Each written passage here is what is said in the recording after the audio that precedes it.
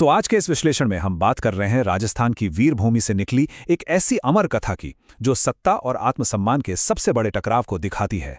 महाराणा प्रताप, एक ऐसा नाम जो सुनते ही रोंगटे खड़े हो जाते हैं। चलिए, बिना किसी देरी के सीधा इस महान जीवन के पन्नों में उतरते हैं और समझते हैं उस मानसिकता को जिसने सच में इतिहास की पूरी दिशा ही बदल कर रख दी। मैं अपनी आज़ादी कभी नहीं बेचूंगा। अब देखिए, ये कोई मामूली लाइन नहीं है, ये एक बहुत बड़ी और साफ घोषणा थी।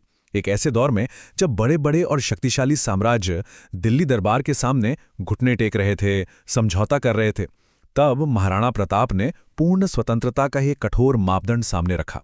मतलब ये उनका वो अटल सिद्धांत था जिसके लिए वो अपना सब कुछ, अपना राज्य, अपना सुख चैन, यहां तक कि अपनी जान भी दांव पर लगाने को बिल्कुल तैयार थे। ये कोई कोरी जिद नहीं थी, बल्कि उस समय स्वतंत्रता की सबसे बुलंद और प्रखर आवाज थी। अब जरा इस टकराव की जड़ को समझते हैं। ये होना ही था, क्योंकि यहाँ दो बिल्कुल अलग अलग विचारधाराएं एकदम आमने सामने खड़ी थीं। एक तरफ दिल्ली का शासक अकबर था, जिसका सीधा सा लक्ष्य था पूरे उपमहाद्वीप के सभी राजाओं को अपने विशाल साम्राज्य के अधीन लाना, और दूसरी तरफ था महाराणा प्रताप का वो अटल उसूल कि कभी झुकना नहीं है और अपनी आज़ादी से कोई समझौता नहीं करना है। जब सारी बातचीत और कूटनीतिक कोशिशें फेल हो गईं, तो ये बिल्कुल साफ हो गया था कि इस भारी वैचारिक टकराव का अंजाम अब बस एक ही हो सकता है, और वो था एक भयंकर युद्ध। और फिर वो साल आता है 1576। इतिहास के पन्नों में दर्ज ये सिर्फ एक नंबर नहीं है, बल्कि एक बहुत बड़ा निर्णायक मोड़ है। हल्दी घाटी का युद्ध। ये वो जगह थी जहां एक तरफ साम्राज्य को फैलाने की असीमित ताकत थी और दूसरी तरफ एक इंसान का प्रचंड स्वाभिमान। अरावली की उन संकरी और घुमावदार पहाड़ियों में जो भी हुआ, उसने न सिर्फ उस वक्त की राजनीति को हिलाया, बल्कि आने वाली कई सदियों के लिए वीरता की एकदम नई परिभाषा ही लिख दी। हल्दी घाटी के मैदान का वो नज़ारा सच में अकल्पनीय था। अगर हम सेना के आकार या हथियारों की बात करें तो महाराणा प्रताप की सेना दुश्मन के विशाल बल के सामने बहुत छोटी थी। लेकिन जैसा कि हम जानते हैं, युद्ध सिर्फ हथियारों या फौजियों की गिनती से नहीं जीते जाते।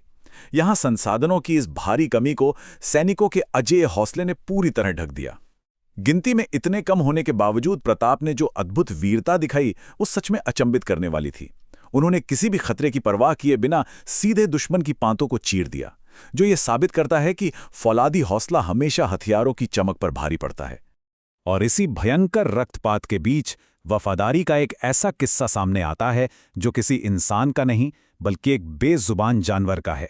उनका वफादार घोड़ा चेतक। युद्ध के इस खौफनाक शोर और मौत के तांडव के बीच बुरी तरह घायल होने के बावजूद चेतक ने अपने स्वामी का साथ एक सेकंड के लिए भी नहीं छोड़ा। अपनी जान की परवाह किए बिना उस घातक रूप से घायल हालत में भी उसने अपनी आखिरी सांस तक अपने राजा को एक सुरक्षित जगह पर पहुंचाया। सच कहूं तो ये एक ऐसा बलिदान है जो वीरता की कहानियों में आज भी हमें अंदर तक भावुक कर देता है।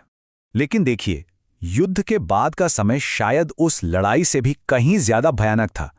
जो राजसी परिवार हमेशा महलों की सुख सुविधाओं में रहा, उसे अब अरावली के उन घने और खतरनाक जंगलों की खाक छाननी पड़ रही थी। हालात इतने अमानवीय और कठोर हो गए कि उन्हें घास की रोटियां खाकर अपना गुजारा करना पड़ा। जरा एक असहाय पिता की उस असहनीय पीड़ा के बारे में सोचिए, जब उसकी बेटी भूख से तड़प रही हो और उसके हिस्से की वो इकलौती घास की रोटी भी कोई जंगली जानवर झपट कर ले जाए। ये भुखमरी, अभाव और मानसिक यंत्रणा की बिल्कुल चरम सीमा थी। अपनी ही संतान को भयंकर भूख से तड़पते देखना, ये एक ऐसी चीज है जो दुनिया के किसी भी इंसान को अंदर से पूरी तरह तोड़ कर रख दे। लेकिन ठीक यहीं पर महाराणा प्रताप आम इंसानों से एकदम अलग खड़े नजर आते हैं। इतनी गहरी निराशा, इतने घने अंधकार और अकल्पनीय मुश्किलों के बाद भी उनका हौसला नहीं टूटा, उनका संकल्प कभी नहीं बिखरा। ये मानवीय सहन शक्ति की एक ऐसी विरली मिसाल है जो हमें साफ बताती है कि बाहरी परिस्थितियां चाहे कितनी भी क्रूर क्यों न हो जाएं, वो एक अजय आत्मा को कभी हरा नहीं सकती। खैर, इसके बाद शुरू होती है राख से उठकर वापस खड़े होने की वो ऐतिहासिक प्रक्रिया। अब ये कोई रातों रात होने वाला जादू नहीं था। ये असीम धैर्य और एक सोची समझी सैन्य रणनीति का हिस्सा था। सबसे पहले तो उन्होंने जंगलों में रहते हुए धीरे धीरे अपनी सैन्य ताकत और संसाधनों को फिर से इकट्ठा किया। फिर जब सही समय आया तो उस विशाल साम्राज्य के खिलाफ एक जबरदस्त छापामार युद्ध छेड़ दिया। और अंत में अपने अदम्य साहस के दम पर एक एक करके अपने खोए हुए किलों और क्षेत्रों को वापस जीतना शुरू कर दिया। विपरीत परिस्थितियों में वापसी करने का ये एक बहुत ही शानदार और जीता जागता प्रमाण है। तो अगर हम इस पूरी जीवन यात्रा को एक साथ देखें, बचपन की उस निडर परवरिश से लेकर जहां स्वतंत्रता के बीज बोए गए, फिर 1576 के हल्दी घाटी के उस महासंग्राम तक, और फिर जंगलों में वो असहनीय कष्ट सहने से लेकर अपने अंतिम वर्षों में खोया हुआ सम्मान वापस पाने तक, इस पूरी असाधारण यात्रा में केवल एक ही बात पत्थर की लकीर की तरह एकदम पक्की रही, और वो ये कि जीवन की आखिरी सांस तक, चाहे कीमत कितनी भी बड़ी क्यों ना चुकानी पड़ी हो, उन्होंने कभी भी किसी भी सत्ता के सामने अपना सिर नहीं झुकाया। इस पूरे विश्लेषण का जो मूल सार निकल कर आता है वो आज के समय में भी उतना ही प्रासंगिक है, और वो है मजबूत इरादे।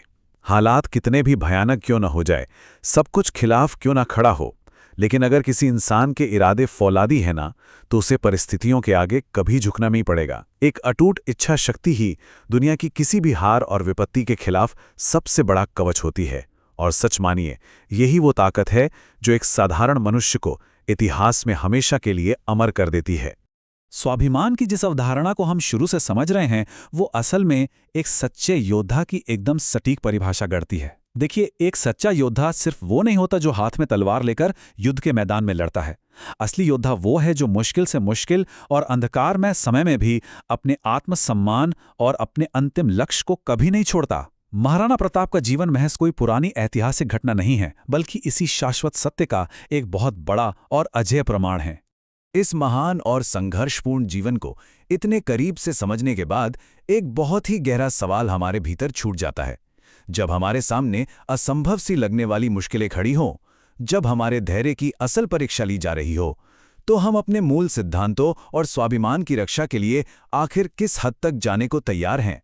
महाराणा प्रताप की ये अमर विरासत केवल अतीत का कोई पन्ना नहीं है, ये आज भी हमारे भीतर के उस सच्चे योद्धा को जगाने की एक बहुत ही शक्तिशाली पुकार है, जो किसी भी परिस्थिति में अपने उसूलों के लिए एकदम अडिग खड़े रहने का साहस रखता है।